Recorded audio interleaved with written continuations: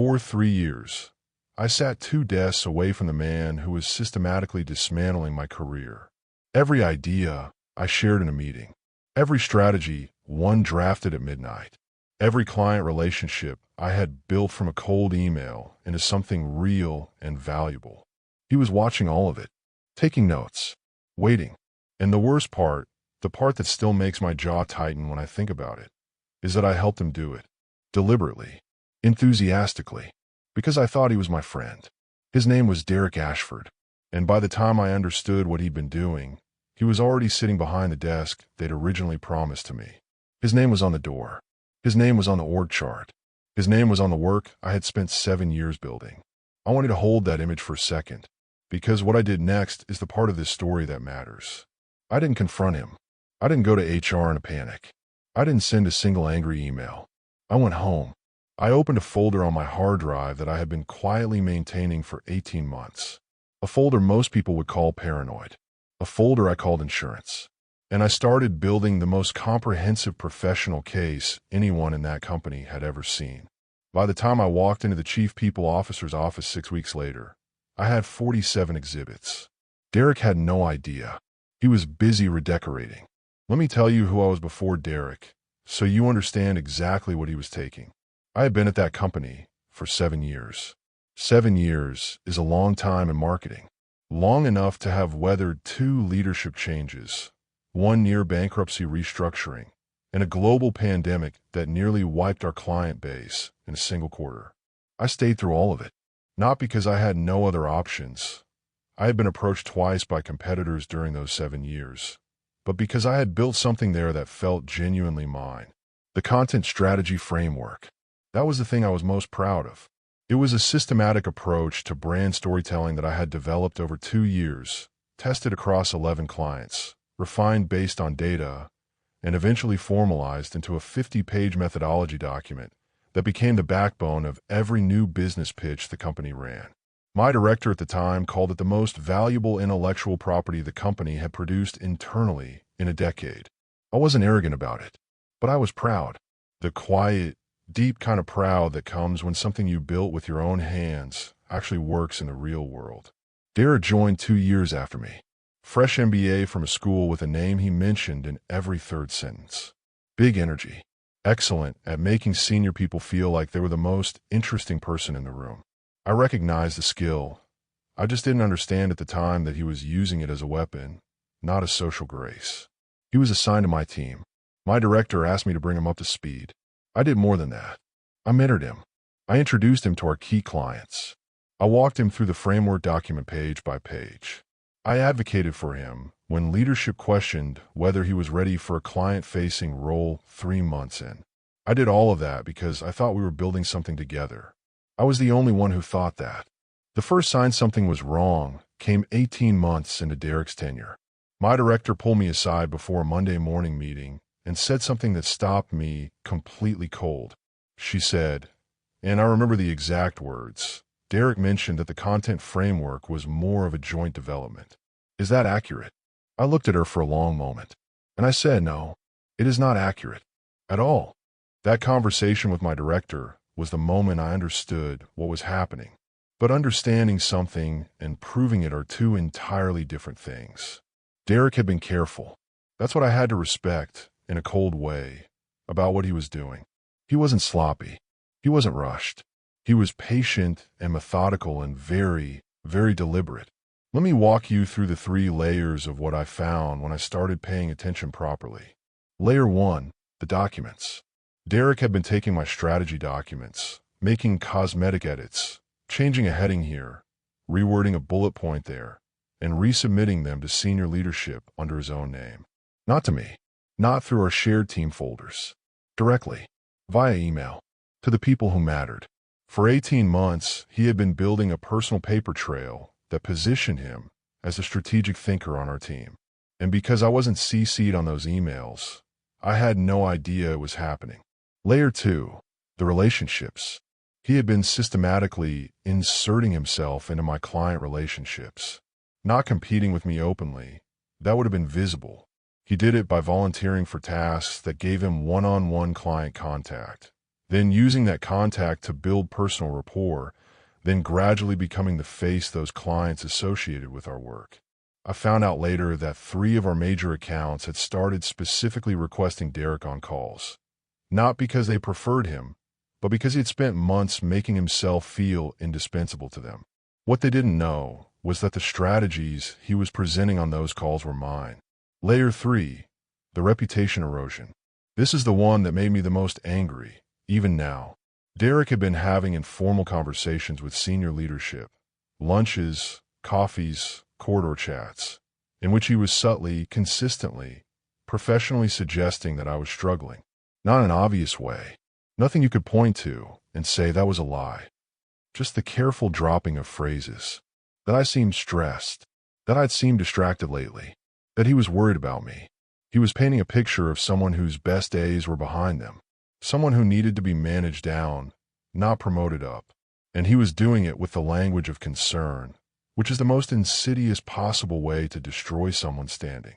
I found all of this out over the course of about 6 weeks, through conversations with colleagues I trusted, through access logs I requested from our IT department, through the simple act of paying close attention to things I had previously been too trusting to notice.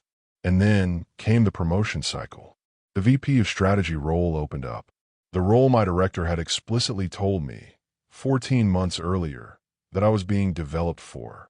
The role that, based on 7 years of performance, the framework I'd built, and the client relationships I'd maintained, should have been mine, without question. I was not formally interviewed. Derek was. And when I asked my director why, she looked genuinely uncomfortable and said, "Leadership feels Derek has shown more strategic ownership lately." Strategic ownership of my work that they believed was his. I went home that night and I did not sleep. I lay in the dark and I felt every version of what you would expect me to feel. The anger, the humiliation, the disbelief, the grief of 7 years feeling suddenly undermined. I felt all of it. And then, somewhere around 4 in the morning, something shifted. The emotions didn't go away. But underneath them, something colder and cleaner took shape. I was going to need to be better than my feelings. I was going to need to be precise. And I was going to need the folder. Here's what I hadn't told you yet about Derek's method. The documents he'd been sending directly to the CEO. I found this during my audit. He had been CCing himself on everyone, building a dated, searchable email trail that made it appear he had been the sole author and driver of every major strategic initiative for 18 months. He hadn't written a single one of them from scratch. But the paper trail said otherwise, until mine said louder. The folder had been started almost as a reflex, about 18 months into working with Derek. Something had felt slightly off from early on, nothing I could name specifically, just a low-level professional instinct, the same one that tells you to save a copy before you close a document. So, I had started keeping originals. Every strategy document I created, saved locally with the creation timestamp intact. Every early draft Slack message where I'd shared ideas with Derek before any formal submission. Every email where I had introduced Derek to a client, and the client had replied to both of us. Confirmation that the relationship had originated with me. I had 47 of these, spanning 22 months. On the night after the promotion conversation, I opened the folder and spent 4 hours organizing everything into a single, clean, chronological presentation. I didn't editorialize. I didn't write angry captions. I just laid out the timeline, my original document, Derek's submitted version, the date gap between them, the direct comparison of content. 47 times over. The pattern was unmistakable.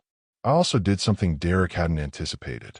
I went to LinkedIn, his previous company, a startup he'd spent 2 years of before joining us.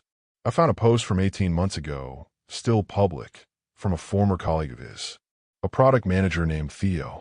The post was about protecting your work in collaborative environments, and it was specific enough, without naming Derek directly, that when I read it, I recognized every single beat. The document resubmissions, the relationship poaching, the reputation erosion. Theo had lived through the same playbook at the previous company. I screenshotted the post. Exhibit 48. Then I requested a meeting with our chief people officer. Not my director, Not Derek's director. The CPO directly. I sent a single line. I have a confidential professional ethics concern I need to bring to your attention at the appropriate level. She responded within the hour. We scheduled for the following Thursday at 9 a.m. For the 6 days between that email and that meeting, I behaved completely normally at work. I attended Derek's VP announcement team meeting and applauded. I sent him a congratulations message on Slack. I offered to help with the transition briefing. On Wednesday evening, the night before my CPO meeting, Derek sent me a message asking if I wanted to grab lunch that week and catch up properly. I replied, absolutely. Let's find a time next week. There was no next week. Not for Derek. Not in that building. I walked into that CPO meeting at 9 a.m. on Thursday. I walked out at 11:40. What happened in those 2 hours and 40 minutes changed everything, but not in the way I expected. Because about 45 minutes in, the CPO said something that told me this situation was even bigger than I had understood. The CPO's name was Sandra Okafor. She had been in her role for 3 years, and she had the specific kind of stillness that people develop when they've heard a lot of difficult things and learn not to react before they're ready. She let me present everything. All 48 exhibits. She asked 3 questions during the entire presentation, all of them clarifying rather than challenging. She didn't tell me what she was thinking. What she said, at minute 45, was this: before you continue, I want you to know that you're not the first person to come to me with concerns about Derek Ashford. I put down the document I was holding. She said she couldn't share details of previous conversations, but she confirmed that a pattern had been identified, that it had not yet been acted upon due to insufficient documentation, and that what I was presenting was, and she used this word carefully, sufficient. I gave her everything. She kept the full package. The investigation that followed was conducted without Derek's knowledge. HR interviewed 11 colleagues independently over the following 2 weeks. 8 of them, unprompted by me, described specific instances of witnessing me originate an idea and later hearing Derek present it as his own in a separate context. 2 of them had individually considered raising concerns and hadn't, for the same reason most people don't. They couldn't prove anything alone. Together, their accounts formed a pattern that was impossible to dismiss. On a Wednesday morning, 3 weeks after my CPO meeting, Derek was called into a conference room at 9 a.m.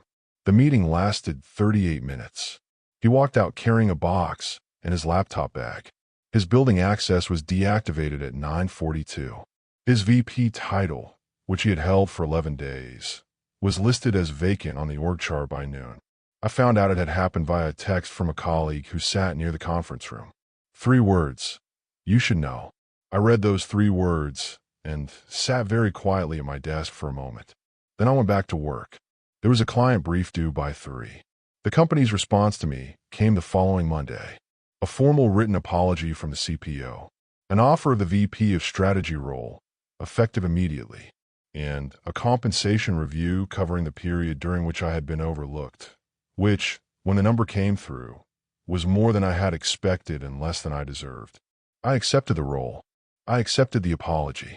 I negotiated the compensation up by 22% before signing. Derek's attorney filed a wrongful termination claim 6 weeks later. The company's legal team responded with a full 48 exhibit documentation package, plus the independent witness statements. Derek's attorney withdrew the claim within 9 days. I heard Derek moved to a different city about 4 months later. Started consulting independently. I don't know how that's going. I genuinely don't think about it much. What I found out, months later, from a source inside the company, was that Derek had been in the process of preparing a preemptive move against me. He had drafted a performance improvement plan for my role as my incoming VP that would have had me managed out within 90 days. The draft was sitting in his work email when IT conducted their audit. He had been 2 weeks from pulling the trigger. I had been 2 weeks from losing everything permanently. That folder saved my career by the narrowest possible margin. People ask me what the best moment was. They expect me to say the Wednesday morning when Derek left with a box, or the Monday when the CPO apologized, or the moment the wrongful termination claim was withdrawn. It wasn't any of those. The best moment was about 3 weeks after I took the VP role. I was sitting at my desk, with my name on the org chart, with my framework being used in a new business pitch that was going out that afternoon, and a junior team member came to me with a strategy question. She sat across from me and asked for my thoughts on a client problem, and I gave them to her, and she took notes, and she said thank you and went back to her desk. That's it. That was the moment. The completely ordinary, unremarkable moment of being seen for exactly who I am and what I can do. Everything Derek had tried to erase, all of it was still there. Because the thing he fundamentally misunderstood is that you can copy someone's documents, but you cannot copy the thinking behind them.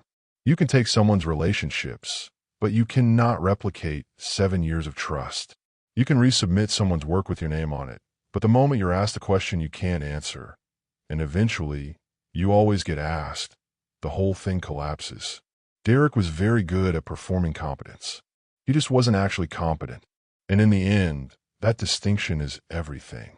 What I want to leave you with, the thing that actually mattered in this story, was not the 48 exhibits or the investigation or the legal aftermath.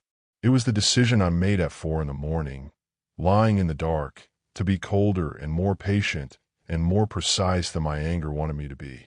To let the truth accumulate instead of exploding prematurely. To document everything. To wait. That patience was the revenge. Everything else was just paperwork. Final line. Derek got the title. I got the truth. Only one of those things lasts.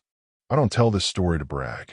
I tell it because I know there are people listening right now who are in the middle of something like this, who are watching someone take credit for their work, undermine their reputation, slowly erase them from their own story.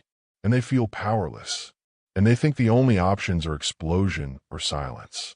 There's a third option. It takes longer. It takes discipline. It takes keeping the folder when your instinct says to throw it across the room. But it works. If this hit you somewhere real, tell me in the comments. I read every single one. And if someone you know needs to hear this, share it with them. Subscribe if you want more. Because this channel exists for the people who chose patience over panic and won. But before you go, I want to know something. Because I get asked this every time I tell this story. Could you have done it? Could you have walked into Derek's VP celebration drinks, raised a glass, shaken his hand, and smiled, knowing what you knew? Because I'll be honest with you, some days I'm still not entirely sure how I did it. Tell me in the comments what you would have done differently. I genuinely want to know. Now, there's one thing I haven't told you. About 8 months after Derek left, someone applied for a role at our company. Junior strategist position. Went through the standard screening process. Made it to the second round before someone on the hiring team recognized the name. It was someone Derek had referred. Someone he had apparently been coaching remotely since leaving. Someone who, when HR pulled their submitted work samples, had documents in them that matched the formatting and structure of our proprietary framework almost exactly. Derek had been trying to get someone inside the company. I don't know what the end game was. I have theories. That story, what happened when we figured out what he was trying to do, and what I found when I looked a little deeper, is part 2. Subscribe so you don't miss it. I'll say this. By the end of it, the folder had a lot more than 48 exhibits.